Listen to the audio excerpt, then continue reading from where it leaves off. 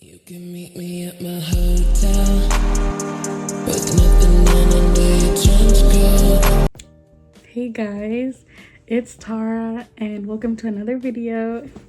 So I just wanted to talk about today some things that I stopped doing in order to become happier in life, or some things that I started doing in order to become happier in life, because I believe that yes, life throws you obstacles, and yes, like, you know, there's some things that you can't control, but like I feel like you are in charge of your own happiness. Like, you decide if you want to be happy or not. So I think you have to be very intentional with something like being happy, and just, you know, like, you have to be intentional with that. It's a choice you make every single day. So there's some things that I started doing and stopped doing to just elevate and improve my life. So I figured that I'd share it with you guys. So yeah. Okay, so first of all, I have my notebook here to read from. So yeah. So the first thing that I started doing was I started practicing the serenity prayer. So if you don't know what the serenity prayer is, it's a prayer that goes, it's God give me the, I don't know the exact order, but it's a God give me the strength to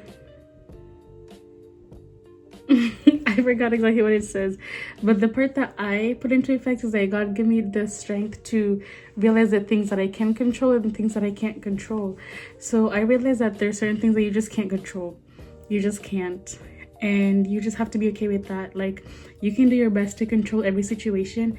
Especially me, I spoke about it in another video that I'm trying to be less controlling, because I used to try and control every situation. Like, everything that happened, I used to try and control and like bend it to the way I want it. But I had to realize you can't do that with every single situation. Some things are just gonna happen the way they happen. Nothing you can do about it. And I used to beat myself up about it. I used to be like, oh my gosh, like, why is this not working out? Why is this, like, what am I doing wrong? But sometimes you can do your best and everything, but if it's just not meant to be, it's not meant to be, you know? So I stopped trying to control things that I can't control. Whether it's something like, for example, like studying. If you've studied all you like, if you know that you pulled an all-nighter, you've been listening in class, you've been doing all your assignments, you've done everything you can to pass a test, and if it doesn't go the way you wanted, let's say you get like a 60 or 70 and that's not what you wanted, there's no point in beating yourself up over it, because you know that you did everything you could. And you'll never know, maybe the next test you'll do better, you know? Like, maybe the test that you got this time just didn't have the stuff that you studied for, you know? It's like, you can't control these things. So you, like, why would you be upset about it if you couldn't control it, you know? Or if, let's say, someone's feelings, if I tell someone something in a nice way, like, let's say if I confront my friend about something that hurt me or whatever, or if I tell my friend something, I can't be worried about if they'll take it the wrong way. I'm not saying be mean. You know what I mean? Like, if you tell someone something in the nicest way, or like you just come up and say something, you can't be worried about how they'll receive it. If you know that you've done your best and told someone something the best way you could, or the right thing, you can't control their emotions and how they react and how they receive what you say. So I just stopped wasting energy on that, and it's honestly made me happier, because then I used to overthink on things that, no matter how much I overthink, nothing's gonna change, you know? So yeah, that's the first thing I started doing. The second thing I started doing was, I was gonna say overthinking, but it just ties to what I said before. I stopped overthinking.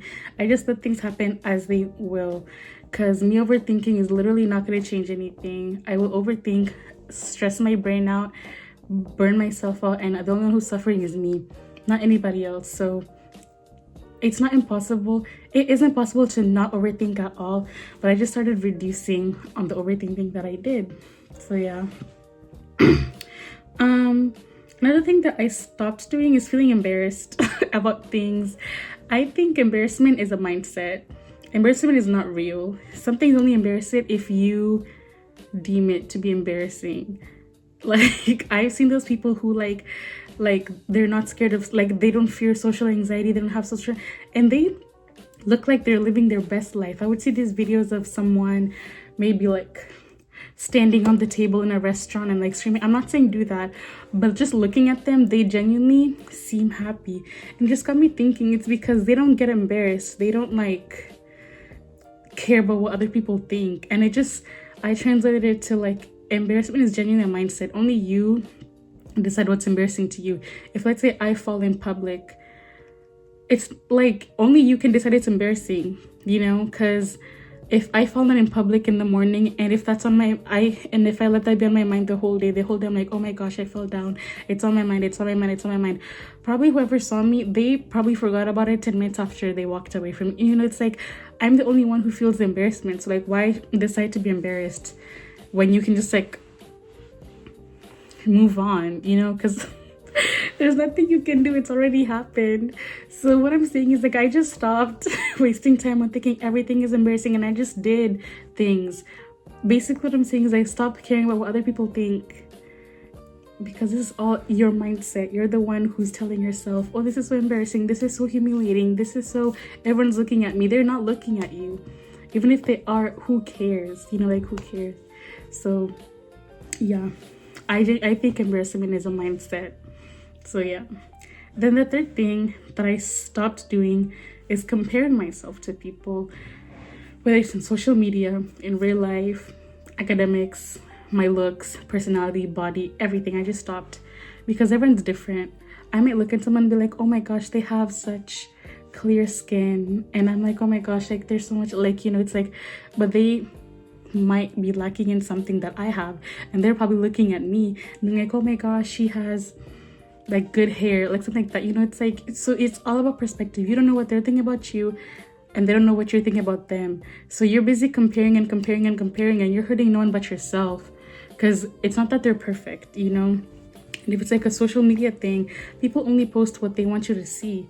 So if I'm seeing my friend is on vacation and they're so tan, they're like on the beach and looking good, and I'm here like, oh my gosh, like, I wish I was at the beach, and I'm comparing myself, I'm just making myself feel bad and bad and bad. I don't know what's going on at the beach, you know. Like, people post what they want you to see. They curate this perfect life, perfect like image for themselves, because who wants to post their bad stuff online? Like, no one. For people to judge, like, no one wants to do that. So it's like you're comparing yourself to someone's best side, but you don't know their other side, you know. That's the point. Like, you don't know both sides of the coin.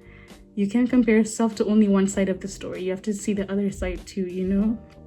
So I just stopped, because it was taking a lot of my energy. I used to go online and I would see people living it up, doing all these things, and I'd feel, or like they like feel like they're progressing more and more. Like, maybe they have a car, a new job, a new everything, and I'm still in the same position.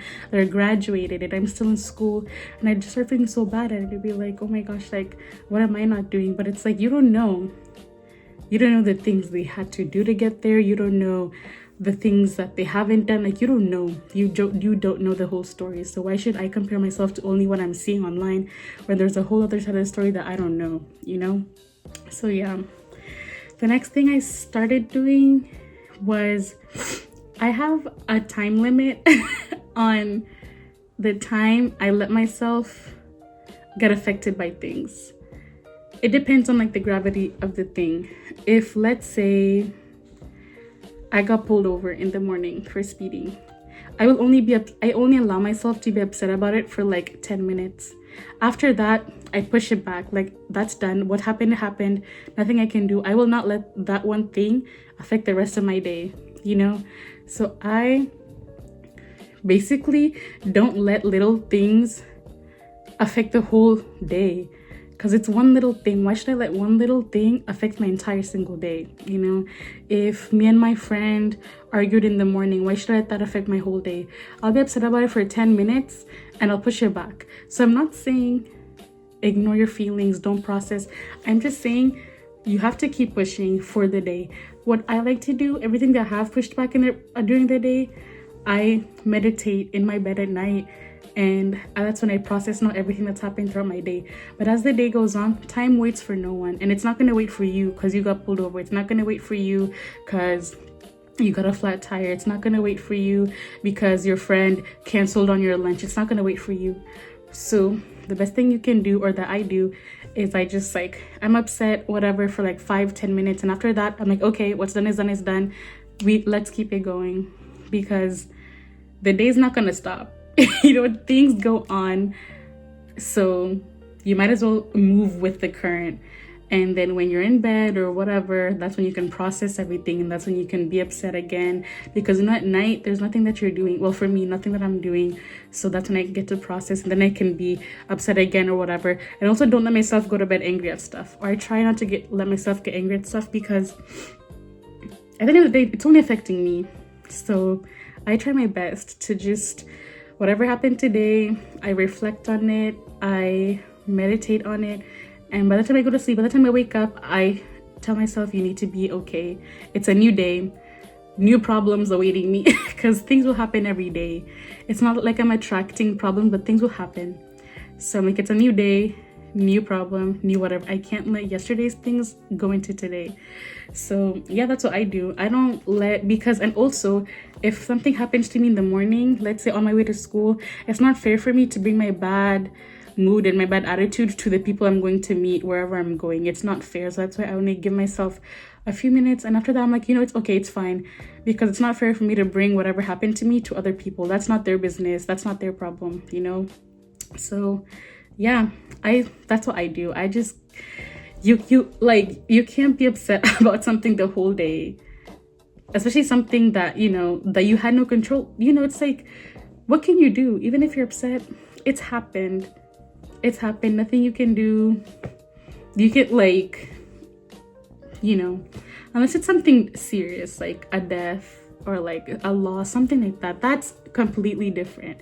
I'm just saying things that happen in your day, you can't let that affect your whole entire day. So yeah. The last thing I'm gonna talk about is seeking validation. I stopped seeking validation from other people. I used to, because I was very insecure, and that is rooted in insecurity, and that's just the hard truth. If you seek validation from other people or things, it's because you're insecure within yourself about that thing. So in order to stop seeking validation, you have to start being secure in yourself. You have to stop, obviously compliments are nice, but you shouldn't wait to be complimented to feel beautiful. I shouldn't wait for someone to say, oh my gosh, Tara, you look good today, for me to feel good today. I should have already been feeling good about myself, and that compliment just adds on. I shouldn't wait for someone to validate me to feel that emotion. I should have already been feeling it, and the only way I should have been feeling it is if I'm secure in myself. So I have done a lot of work on myself. I've worked on myself a lot, because I used to be very insecure about a lot of things, but now I just realized being insecure hurts no one but yourself. I'm not saying I have zero insecurities, but I try to work on them every day. I make a conscious effort to work on those things, because it's hurting no one but me. And a lot of the times insecurities are mental things, because when I tell someone, for example, oh, I'm insecure about, let's say, my nose, they'll be like, I never even noticed you have a big nose. It's like, it's a mental thing, so they only hurt me, no one else, just me. So when you realize that, that's when you're like, why am I hurting myself? Why are you hurting yourself?